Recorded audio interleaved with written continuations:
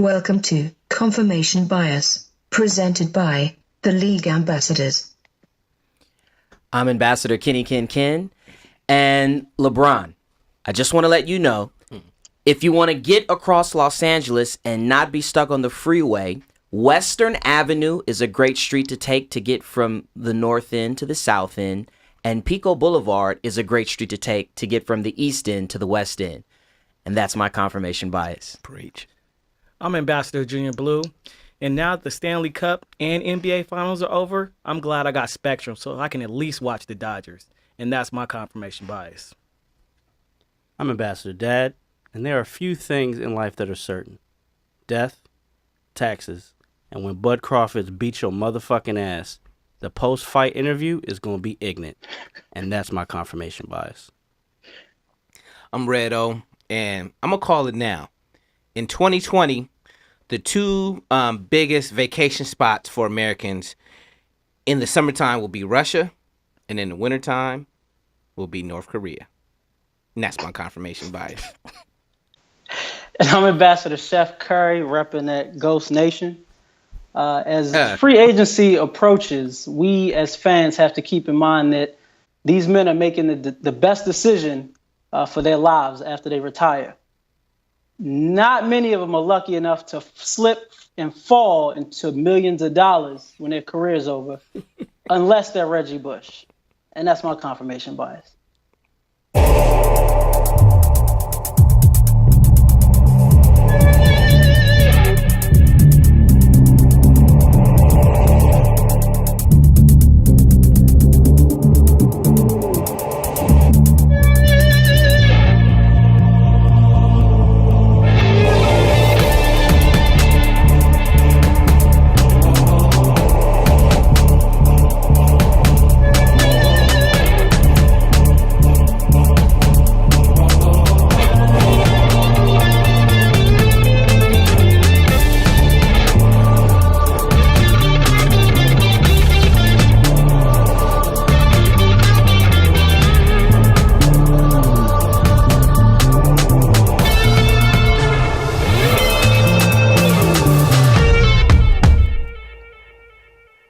Welcome to Confirmation Bias. This is episode 54, second season of our vodcast.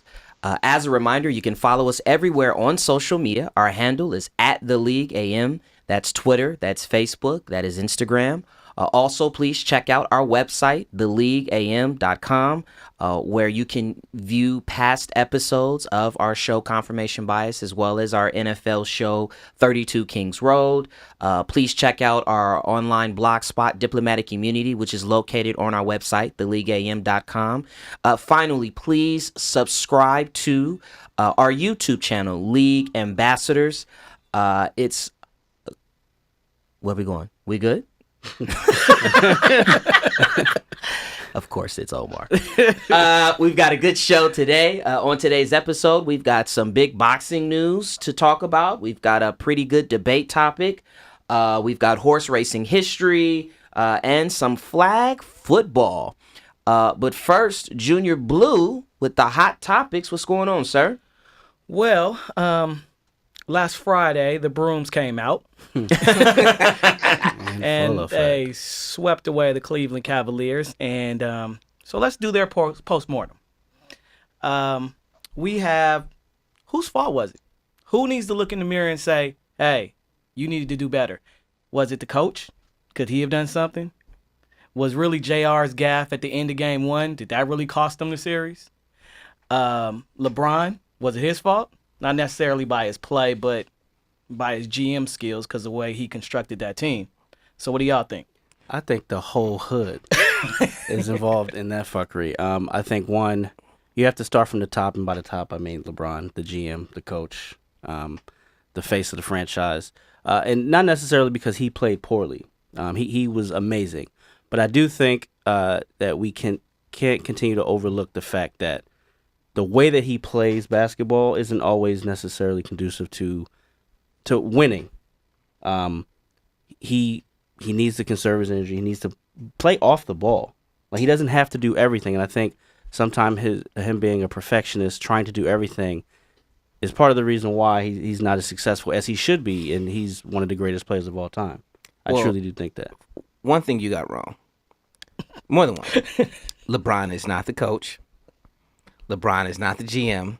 He is just a player who is trying his best. Get off his this shit. I got your back. I actually forgot for a moment. Mr. James. Hey, Kevin, you was really listening, huh? Mr. James. what is this shit? I stand by my statement. You would not. Like I said, you would not malign that man.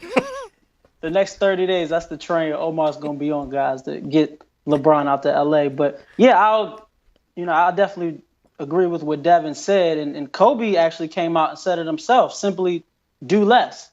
And it's frustrating, not to go off on that tangent, but it's frustrating that people actually think he's trying to thrust himself into that conversation. But I mean, he's made that point, and it's a change that Jordan had to make. It's a change Kobe had to make to actually do less in your game and involve the other people. Like Devin said, do less and show up when it counts the most, so you're not trying to carry a team in the first or second quarter, third, fourth quarter, and need your gas. But I also do think when you bring up the trade, Les, that we said it here, for some reason pundits on every network were, the Cavs are the favorite in the East now, which in hindsight, yeah, they ended up winning the Eastern Conference. But in my opinion, that trade made them better for the regular season. Exactly. They got younger, more athletic, but it didn't help them come playoff time when they needed half-court offense, half-court players who know how to execute, who know how to withstand a run from another team, hence the Warriors' third-quarter rush that they put on everybody. And at the end of the day, it just didn't pan out. And I think if LeBron does stay, both him and Tyronn Lue have to look themselves face-to-face and see what they can tug and pull to make this team better, because the style of play doesn't work. Do you think LeBron stays? Wow, that was a lot of love in that statement. A lot of tugging and pulling. Hey, if he gonna stay, somebody got to tug. Somebody got to pull. I mean, well, actually, I think, you can talk about Kobe, but, it's hard to not do a lot when Smush Parker is playing next to you. So Kobe, he's had to do a lot himself in his career. So sometimes I think I know he has that detail shit, but I don't like it. I think I don't like this, Redo. I think that to your point and to Kobe's point about him doing less, Kobe and Michael were able to do less because they had a system which sort of allowed players, right, to identify what their roles were, and then it became a matter of trusting. And I think, when you talk about the offensive system that the Cavaliers run or lack thereof, there isn't a system that will allow complementary players to sort of flourish, particularly when you talk about like postseason play. So to that end, I mean, I don't think it's anyone's fault, Les. I just think they weren't good enough, and I think that we knew that. Great point, Kevin, about the trade. The midseason trade allowed for better cohesion and more chemistry. Same clothes, but it did not help them for playoff and postseason play. So let's say he stays. We don't want that. Well, three of us don't want that for sure. That's strong. I wouldn't say I don't want it. I'm indifferent towards it. If he comes, and that's great. Get the fuck out of here. I'm serious. So, hey, is this bad cop, good cop? These motherfuckers work this shit out before the show? We don't want to detour the conversation, but we've got a lot of options. That ain't the end-all, be-all. And all I'm saying is, Mr. James, you have options. It's fine, Mr. James. What were you saying, Les? Yeah, what were you saying, Les? Sierra Canyon is a great basketball school for high school. Anyway, what could they possibly do? Because they really don't have a lot of trading chips. I mean, Love is probably the best thing they have that they could trade. The number 8 pick, I don't think that does anything for them to, not get swept or even make it past Boston. Maybe. I actually think trading Love is a great thing they can do. No. See, part of the mistake is that at the end of the day, you still need talent. And the fact of the matter is, whether you look at where they were at the midseason or where you look at where they were last season, they were a less talented team in this finals than they were midseason or when they were. You still need talent. So you don't trade Kevin Love. Actually, you would stand pat.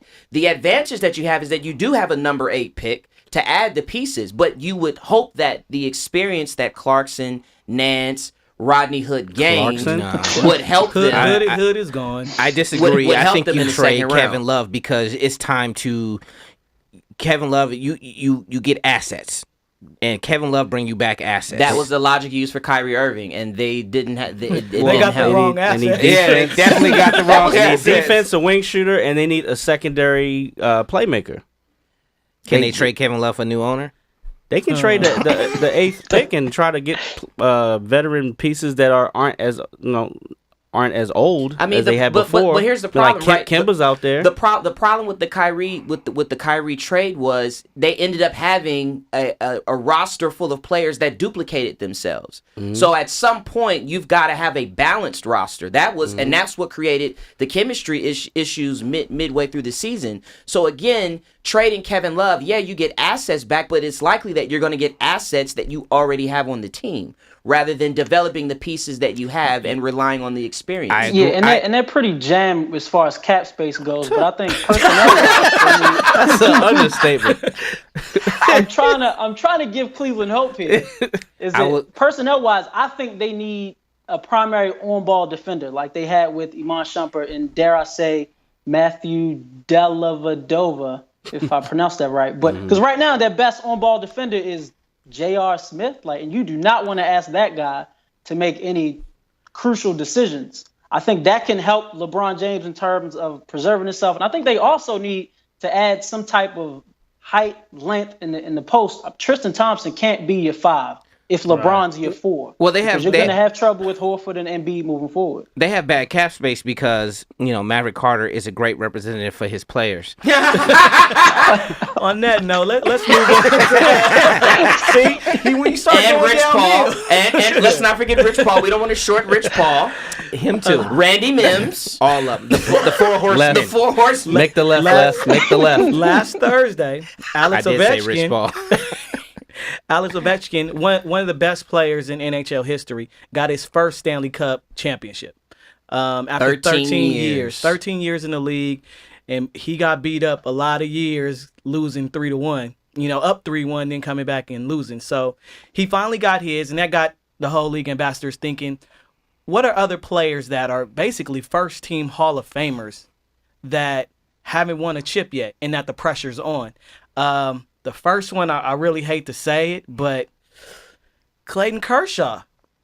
It's really you in baseball that, you've been the best pitcher for the last, 5 to 7 years? He's an era-defining player. He's this era's great man. He's transcended. Hi, Master. And he's had his struggles in the playoffs. Last year, they made it to the World Series and wasn't able to bring it home. So in baseball, I think everybody kind of agreed on Kershaw being that one player that, hey, you need to get it done. The pressure's on. Part of the problem is he puts the pressure on himself. He is too high strung to be that damn good. Fair point. And the more pressure that gets puts on in the playoffs, and you already that high strung, it doesn't, as a pitcher, it doesn't help. Yeah, and his back can't take it. Figuratively That's and foul. literally. That's foul. Hey, That's foul. hey, once the back goes, man, he not getting any younger. No pulling and tucking for him. And especially the way that he pitches, because he has weird motion. So delivery. It does not help. And in the NFL, we kind of, Phillip Rivers was somebody who came to mind. Really, it was that 2004 draft class. You had 3 quarterbacks taken in the top 11. Number 1 has 2 championships, and number 11 has 2 championships. We gonna let Les rock off. Les got all that. So my question is, who else besides Phillip go, Rivers Les. you think has that pressure on them that, hey, they got to deliver? Now, throw the lob to yourself and answer it. Hey, The most consecutive words. Yo, Hey, where's the confetti? I was waiting for it to stop and it didn't. What the fuck's going on here? Jesus. I think to answer your question, and I think a lot of us on the same boat, I think it's Matt Ryan, 100%. Highest that's how paid I player in the feel. league. He's been to the playoffs 6 times. He's 4-6, under 500 record, 3 one-and-dones. And then it's not apples to apples, but when you get drafted in the same draft class as a Joe Flacco, who's underperformed in the NFL, but he has 10 times the success you have in the postseason, then that looks bad on you. The only reason why I would say Phillip Rivers over Matt Ryan, if we're talking about quarterbacks, is because with Matt Ryan, that's funny. With Matt Ryan, right, they just wanted him to get the dog stench of Michael Vick out of Atlanta. And I think he did that and then some. They went to the playoffs his rookie year. I see what you did there. So that was also foul. So I think with Phillip Rivers, like you said, Les, you've got Ben that has how many? 2. You've got Eli that has 2, right? I mean, you've got to live up. You've got to live up to that, and especially being in a new market. Another name I would throw out there though is J.J. Watt. When you look at, and here's the word again, transcendent defensive players in NFL history: Reggie White, Ray Lewis, Lawrence Taylor, right? J.J. Watt is on that list, but what do those players have that he does not have? It's a Super Bowl championship. And with the injuries adding up, Devin has his suspicions. I don't disagree. I've always said it. Yeah, I've said it on the show before. I don't think the way his body type is, it lends to it ain't just the body type. longevity in this sport. Yeah. So I think he's a player to look at where it's like, yo, you're not going to get the sort of recognition without getting that Super Bowl, because I think outside of quarterback, a defensive player in the middle of the field, whether you're on the line or that middle linebacker, you have the opportunity to not only influence games, but to actually influence successful seasons. But influencing, I can't look past Matt Ryan. Quarterback, MVP, known for the most colossal choke in the Super Bowl. But then more importantly, when Devin, and not to, talk about Flacco because I'm a Ravens fan, but you talk about the weapons that have been put around Matt Ryan, that I would give my left and right nut to have Roddy White, Julio Jones. Kevin, you want to tell us something? After the show. They just drafted Calvin Ridley, Tony Gonzalez, Devontae, if I'm saying his name right, Freeman, the running back, Michael Turner. Give us one of those dudes, and trust me, Flacco or any other, like Aaron Rodgers, maybe even Russell Wilson, who's dying for weapons now. Give him 1 or 2 of those guys and tell me they don't win multiple championships. For me, it's got to be Matt Ryan in terms of NFL. Okay. And in the NBA, CP3, once again, Hall of Fame career, it looks like. Finally made into the conference finals this year. He made it to game 5. 5.5. And Yikes. got hurt and missed game 6 and 7. Before then, he had never made it to the conference finals. And the media is so ready to make this guy like one of the greatest point guards of ever. all time. Yep. And it's just like, first of all, no, I don't agree. Since when? You're not Isaiah. And second of all, that's the only way this is even a worthwhile discussion. He's got to win a ring. To me, I don't see anybody close to having that pressure. The thing is, I'm very critical of him. He has very good numbers if you look at them in the postseason, his postseason averages, but he just always find a way to come up small in the biggest situations, whether it's getting hurt. Like, how the hell do you get hurt all the time in the playoffs? Yep. Just you. A year. Like, it doesn't matter every time. And y'all looking at me every time. All right, it's time for Black vs. Blue, our antonym segment. First up, finally, it got done. Wilder versus Joshua. Did it really get done now? Not quite. Well, it's getting done. They agreed to terms. And he's going across the pond. It's done. Those are the 2 biggest things. I think Eddie Hearn signing a $3 billion deal. Fuck it. We'll take it. Okay, so hope or hype? More than one. Does the names get signed on a dotted line? And when they do, if they do, will it be the fight that we want it to be? I think it's hope. We hope that it's that. Like you said, that it's a second fight, so the first fight is in the UK. If there's a rematch, it's going to be over here. I don't think it gets to the second fight. I think there's a spectacular knockout in the 5th or 6th round by Wilder, and I don't think that they want that smoke anymore. I think it's hype just because I'm hype for it.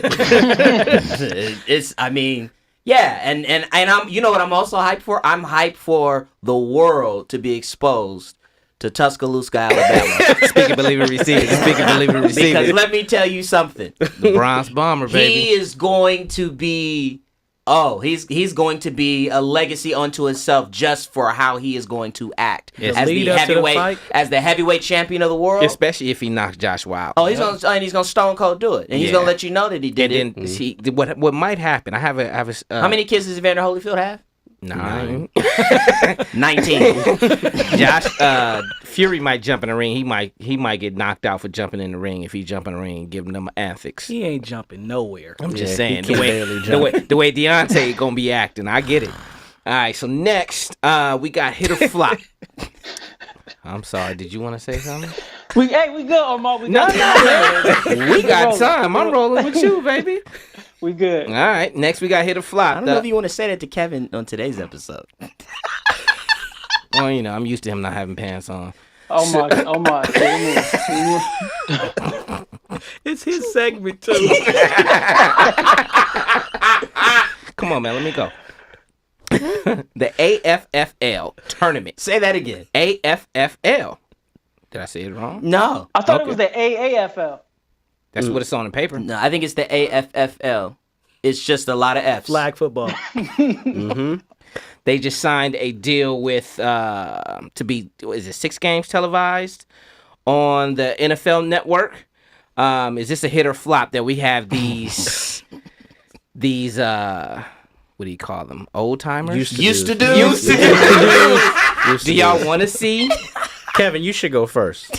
Do y'all want to see these guys? Thank you. Absolutely, because there's nothing else to watch on TV until at least late August. And I also read, I think Nate Robinson and Carlos Boozer are playing, right? So it's a combination of old NFL guys, a couple NBA guys. I ain't got shit else to watch, man. I'm tuning in. That's what's interesting, are the teams. So you've got Team Godspeed, which is essentially a track team. You know who the captain is? No. Gold Shoes Michael Johnson. Oh, wow. Lord. Jeremy Warner, who was He's still the fastest out of all them. He might be. Who was his understudy? Jeremy Warner. He was a U.S. Olympian for the 400.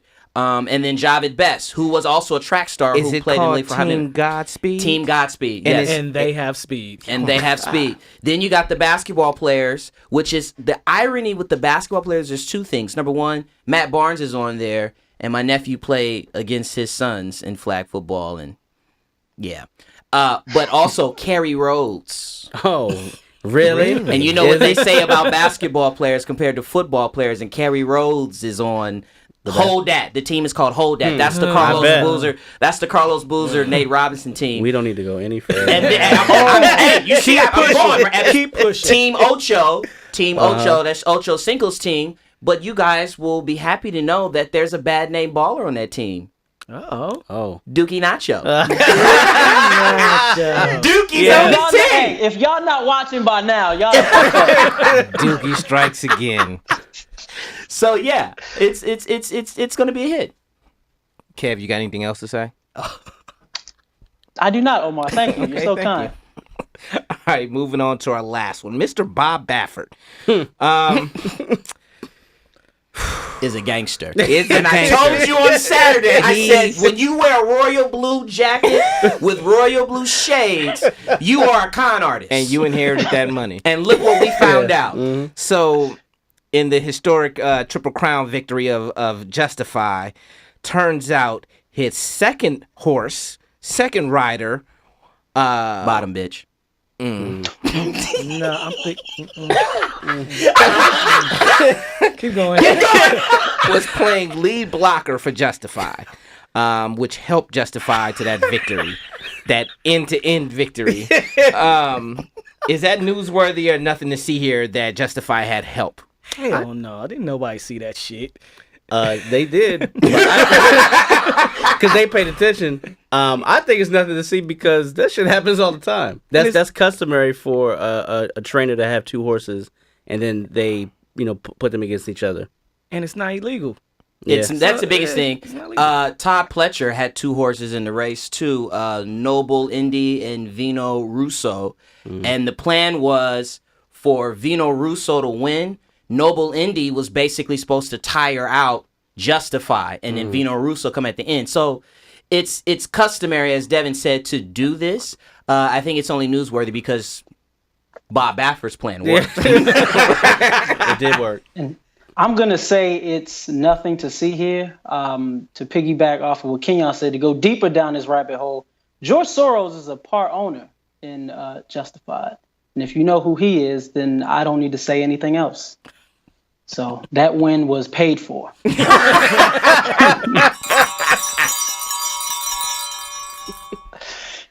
Now it's on me.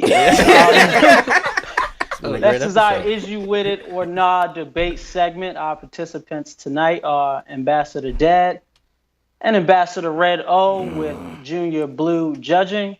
Our topic tonight is, after moving up in weight class, correct me if I'm wrong, and beating the brakes off of Jeff Horn last weekend, is Mr. Terence Allen Crawford the best pound-for-pound boxer in the sport right now?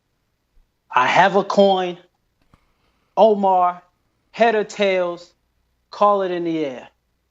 Tails. It never fails. Omar, I'm gonna go which with, side of this debate? I'm going with 4. Devin, you can go first. Somebody get the clock. He get to Let's choose pay both? attention. Oh, wait, you know what? Wait, that's my bad. I was rolling. It was a Jedi mind trick. Nothing to see here. You go first. You go first. Absolutely not. You fucking go first. So I gave you the nod. Oh, you got it? Wait. No, we haven't started yet. Okay. Whenever you're ready. So I am going first then, right? Yeah, all right. Let me know. absolutely. I'm ready. All right, so this is simple. It's pretty much a worldwide consensus on the top 3 pound-for-pound fighters. That is Gennady Golovkin, GGG, Lomachenko, and Terence Bud Crawford. Now, the only thing that's not a consensus is the order. Most of them have GGG, a couple have Lomachenko, a couple have Bud. Now, to make this even simpler, I don't even agree with Lomachenko being in the top 3. You can't be 11-1 and skip over Mikey Garcia, who's 38-0. So I don't even put Lomachenko in the top 2. So now we got the top 2 between GGG and Terence Bud Crawford. So the only thing left to do is compare the reasons why we think why you would be a pound for pound fighter. So let's start with boxing ability. Everybody in this room agrees that Crawford wins that hands down. Speed, Crawford wins that hands down. Switch hitting, not hands down, but Crawford's a better switch hitter. Defense, Crawford gets the slight nod, and that's only because GGG doesn't care if he gets hit or not. He just wants to hit you. But still, his defense is better than GGG's. Dog, that's a tie. We both know they both dogs. So that's the first time out of all of these that GGG even compares. Fitness, I'm going to get out to the younger fighter, which is Crawford. The only 2 things that GGG has over Crawford in boxing is his unrivaled footwork and his extreme power. But you add it up, that's 4-2 Crawford. They both undefeated. His arrow is pointing straight up, and GGG's is on the decline because of his age. And that's the reason why he is the pound-for-pound fighter of the world. The pound-per-pound fighter of the world. Best pound for pound. He just made up his own sanctioning belt. It was like the Latino championship. Which is real, though. Okay. All right. Go ahead, Les. So this is going to be very simple. Terence Crawford, like Omar said, is very high on the pound-for-pound list. As he also mentioned, he is a dog. He is a very fucking mean person in the ring, and he's very talented. But the definition of pound for pound in the best pound for pound in the world means that if all weights are equal, you are the best fighter in the world. How can you be the best fighter in the world if you're not even the best fighter in your division? TLA's favorite champ, Errol Spence Jr., unfortunately is still alive and boxing. As much as I love Bud Crawford, he gets hurt against Spence. It would be great for as long as it lasts, but it's not going to end well for him. With all his ability and his talents that he can switch hit, move from orthodox to southpaw, his defense leaves a little to be desired. He gets hit way too much, and you can't let Spence touch you like that. Even if he is the second best fighter in that division, he still can't let fighters like Garcia, Thurman touch him the way that he's been touched before. And he even got hurt by fighting Gamboa, who's a blown up 126 pound fighter when they fought at 135. At welterweight, can you actually see Terence Crawford beating Kell Brook definitively? I don't think so. And last but not least, there is a robot that masquerades as a boxer by the name of Vasily Lomachenko, and I've never seen anyone as skilled as that guy in my entire life. So if you have that many knocks against you, you can't be the number one pound for pound fighter. I think he will max out at number 3 on this list, which is where he started out when Omar started. As long as Lomachenko and Errol Spence Jr. are still fighting, that is my confirmation bias. He gets 2. What you think, Leslie James? Well, the ether bar in there was he's not number 1 in his own division. So I'm going to go with that. I mean, if Errol Spence is a better fighter, and if they match up in the ring and he'll whoop Bud's ass, or at a end early, how can he be the best pound for pound? That's what I said. With whiskers like a rat compared to beans you whack. Thank you, Kevin, for that perfect landing spot. We have anything in diplomatic immunity? We do. In diplomatic immunity, we have a couple questions we're going to try to breeze through real quick. First one is from Big Perm the Worm, a.k.a. the Beast. Mr. Eric wants to know, we have a trade proposition here. Uh-oh. Klay Thompson, Draymond Green for Anthony Davis. Which team says no first? New Orleans. They're gonna hold on to AD as long as they can. I think they both say no. Yeah, I think Golden State says no also because the outside shooting. The power with Golden State is that when they go to their death lineup still, you've got 5 guys Hampton that can 5, buddy, get it right. They got 5 guys that can handle the ball, initiate the offense, and then if my math is correct, 5 minus 2 leaves 3. You bring one back, that's 4. So it changes the dynamic of their offense, I think. And I think both teams say no. How long Iggy gonna last in that Hampton 5? They're gonna have to replace him soon. Yeah, I think he got one more year. Well, speaking of that with Golden State, of their starters, who do you think is the first one that will eventually leave the Golden State dynasty? Klay Thompson. Draymond Green. Klay. I think it's Klay. Draymond asking for the Supermax. Yeah, but Klay is a free agent next season. Draymond is the year after. And I think Klay right now in his heart is like, yeah, I like winning championships and doing that, but he's gonna get massive offers. I'm gonna say KD in 2 years. He's out. Wow, okay. I can see that too. 4 years with him. Yeah, I can see that too. Okay. Now, last question. We're going to mix sports and politics. If the black delegation could only save one, Dennis Rodman or Kanye West? Neither. We got to save one, Omar. I'm going to close up the show right now. We thank you for checking in with Confirmation Bias. As a reminder, you can follow us everywhere on social media.